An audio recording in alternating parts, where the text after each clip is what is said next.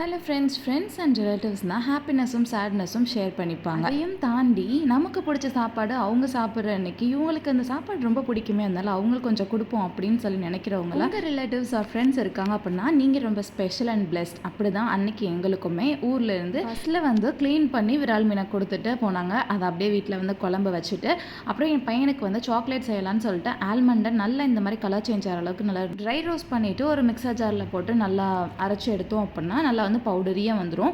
இதோட நம்ம ஸ்வீட்னஸ்க்கு தேவையான அளவுக்கு டேட்ஸ் வந்து நான் ஆட் பண்ணிக்கிறேன். சுகர் நாடு சக்கரை எதுவுமே சேர்க்காம டேட்ஸ் ஆட் பண்ணால் இன்னுமே ஹெல்த்தியாக இருக்கும். கூடவே கொஞ்சம் நல்லா க்ரீமினஸ்க்காக கோகோனட் ஆயில் சேர்த்துட்டு இது கூடவே ஒயிட் சுகர் சேர்த்தோம் அப்படின்னா ஆல்மண்ட் பட்டர் ரெடி. நமக்கு சாக்லேட் வேணுனால 8 to 10 டேட் சேர்த்துட்டு ஒரு டீஸ்பூன் கொக்கோ பவுடர் கொஞ்சமாக ஒரு பிஞ்ச் அளவுக்கு சால்ட் மட்டும் சேர்த்துட்டு நல்லா அரைச்சி எடுத்தோம் அப்படின்னா சூப்பரான சாக்லேட் ரெடி. அப்படியே சாக்லேட் மோல்டு இருந்துச்சுன்னா அதில் கூட ஷேப் பண்ணி எடுத்துக்கலாம், இல்லைனா கையிலே இந்த மாதிரி ரவுண்ட் பண்ணி எடுத்து வச்சுக்கலாம். செம சூயியாக இருக்கும். கண்டிப்பாக ட்ரை பண்ணி பாருங்கள். ஹெல்த்தியான சாக்லேட்.